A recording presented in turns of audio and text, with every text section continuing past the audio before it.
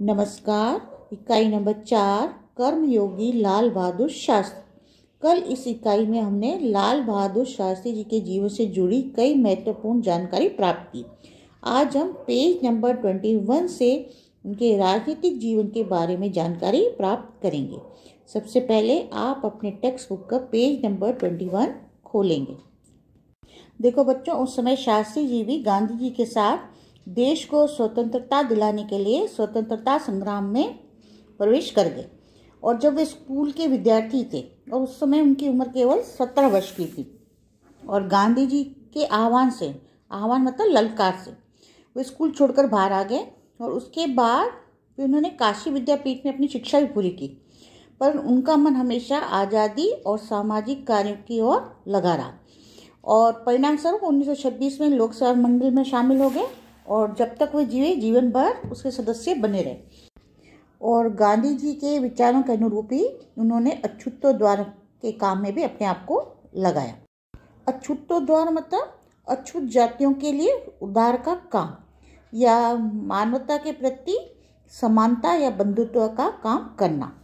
इस तरह वह इस नेक काम में गांधी जी के साथ जुड़ गए। और सन 1930 में जब नमक कानून तोड़ो आंदोलन शुरू हुआ तब उसमें उन्होंने भाग लिया, और इसका परिणाम ये हुआ कि उन्हें जेल जाना पड़ा। और यहीं से उनकी जेल यात्रा की भी शुरुआत हुई, जो सन 1942 के आखिरी आंदोलन भारत छोड़ो आंदोलन तक लगातार चलती रही। और इन 12 वर्षों के दौरान वे 7 बार जेल गई। इसी से हम अंदाज़ा लगा सकते हैं कि उनके अंदर देश की आज़ादी के लिए कितनी बड़ी ललक थी। और दूसरी जेल यात्रा उन्हें सन 1932 में किसान आंदोलन में भाग लेने के लिए करनी पड़ी थी। और सबसे लंबी जेल यात्रा सन 1942 में 3 वर्ष की थी, जो सबसे उनकी लंबी जेल यात्रा थी। इसी दौरान वो शास्त्री जी यहाँ एक और गांधी जी द्वारा बताए गए रचनात्मक कार्य में लगे हुए थे। रचनात्मक कार्य मतलब गांधी जी द्वारा बताए गए नवनिर्माण कार्य में। और दूसरी तरफ वो जनसेवा भी करते रहे। और सन 1935 में वे संयुक्त प्रांतीय कांग्रेस कमेटी के सचिव भी बनाए गए, और वो 1938 तक उसके सचिव बने रहे। और किसानों के प्रति उनके मन में विशेष लगाव था, इसलिए उनको सन 1936 में किसानों की दशा का अध्ययन, दशा मतलब स्थिति, किसानों की स्थिति का अध्ययन करने वाली एक कमेटी का अध्यक्ष बनाया गया। और पूरी लगन के साथ उन्होंने उसमें काम करके अपनी एक रिपोर्ट प्रस्तुत की, जिसमें उन्होंने जमींदारी उन्मूलन पर विशेष जोर दिया। जमींदारी उन्मूलन मतलब पहले जमींदार होते थे जिनके पास जमीन होती थी और अपनी जमीन दूसरों को लगान पर देते थे। तो उन्मूलन मतलब जड़ से नष्ट करना, मतलब जमींदारी एकदम खत्म करना, उस पर इन्होंने विशेष जोर दिया। और इसके बाद 6 वर्षों तक वे इलाहाबाद की नगर पालिका से किसी न किसी रूप में जुड़े रहे। और इससे उनको एक फ़ायदा ये हुआ कि वो नागरिकों की समस्या को निकट से जान पाए। और इसके अलावा उनके पास ग्रामीण जीवन का भी अनुभव था, मतलब गांव के जीवन का भी अनुभव था। अब इसके साथ ही इलाहाबाद नगर पालिका ने जन सेवा का अनुभव भी उनको जोड़ दिया।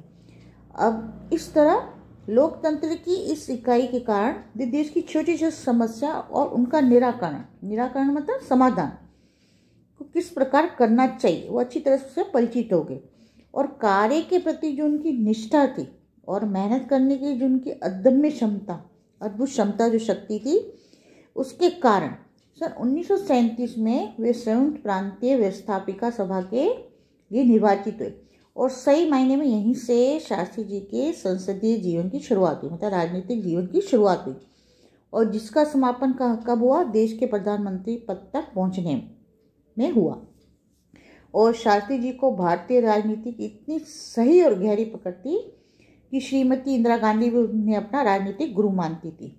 और वो कहती थी, उन्होंने कहा था कि उन्हीं के मार्गदर्शन में मेरा राजनीतिक जीवन शुरू हुआ है।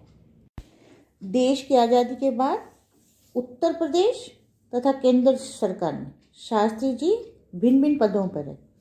उत्तर प्रदेश में पहले उन्हें गृह मंत्री बनाया गया, फिर उसके बाद पंडित नेहरू के अनुरोध पर, उनके कहने पर, वो केंद्र सरकार में आ गए। और केंद्र सरकार में आने के बाद उन्हें रेल और परिवहन, संचार, वाणिज्य उद्योग और गृह जैसे महत्वपूर्ण मंत्रालयों में मंत्री पद दिया गया। इन पदों पर रहते हुए शास्त्री जी ने अपनी प्रशासकीय दक्षता का प्रमाण दिया। प्रशासकीय दक्षता मतलब शासन से संबंधित, और दक्षता मतलब निपुणता। मतलब इस कार्य को उन्होंने इस तरीके से संभाला कि वे देश के लिए एक उदाहरण बन गए। अपने मंत्रालयों के कार्य में उनका जो दृष्टिकोण था वो अत्यंत व्यवहारिक था और सभी प्रकार की औपचारिकताओं से परे होता था। औपचारिकता मतलब जो केवल कहने, सुनने या दिखलाने के लिए ही हो। वे अपने को कभी भी पद के कारण ऊंचा नहीं मानते थे। उनकी बड़ी सीधी सी धारणा थी कि वे जनता के शासक नहीं बल्कि जनता के सेवक है। ऐसी भावना से कार्य करने के कारण उन्हें अपने मंत्रालय में लोकप्रियता मिली। साथ ही साथ सारे देश में भी उन्हें लोकप्रियता मिली। और इसी लोकप्रियता का परिणाम था कि पंडित नेहरू के निधन के बाद, निधन मतलब मृत्यु के बाद, देश ने उन्हें प्रधानमंत्री के रूप में एकदम स्वीकार कर लिया। और देश के इस महत्वपूर्ण पद पर रहते हुए केवल 19 महीने के छोटे से समय में उन्होंने जितनी सफलताएं और लोकप्रियता प्राप्त की वह एक देश के लिए उदाहरण है। शास्त्री जी के सामने अपना उद्देश्य बिल्कुल स्पष्ट रहता था। उसमें किसी प्रकार का भी धुंधलापन या भटकाव नहीं था। धुंधलापन मतलब अस्पष्टता और भटकाव मतलब लक्ष्य को छोड़कर इधर उधर होना। मतलब जो उनका उद्देश्य था, लक्ष्य था, वो एकदम स्पष्ट था और उसमें किसी प्रकार का भटकाव नहीं था। वे हमारे देश के अत्यंत महत्वपूर्ण पदों पर है और इन पदों पर रहते हुए उन्हें कई स्वाभाविक रूप से अधिकार भी मिले, लेकिन उन्हें हमेशा आत्मसंयम से काम लिया।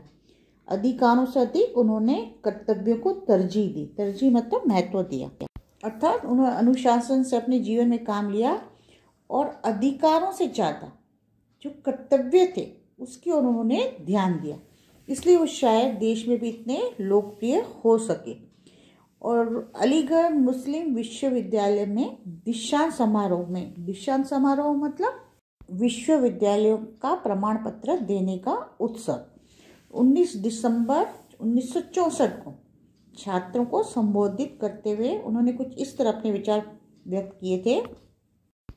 आपके भविष्य की मंजिल चाहे जो कुछ भी हो, मतलब भविष्य में आप कुछ भी बने, लेकिन आप में से प्रत्येक को ये सोचना चाहिए, सबसे पहले आपको ये सोचना चाहिए कि आप इस देश के नागरिक हैं और देश का संविधान आपको कुछ अधिकार देता है, साथ ही आप पर कुछ कर्तव्यों का भार भी डालता है।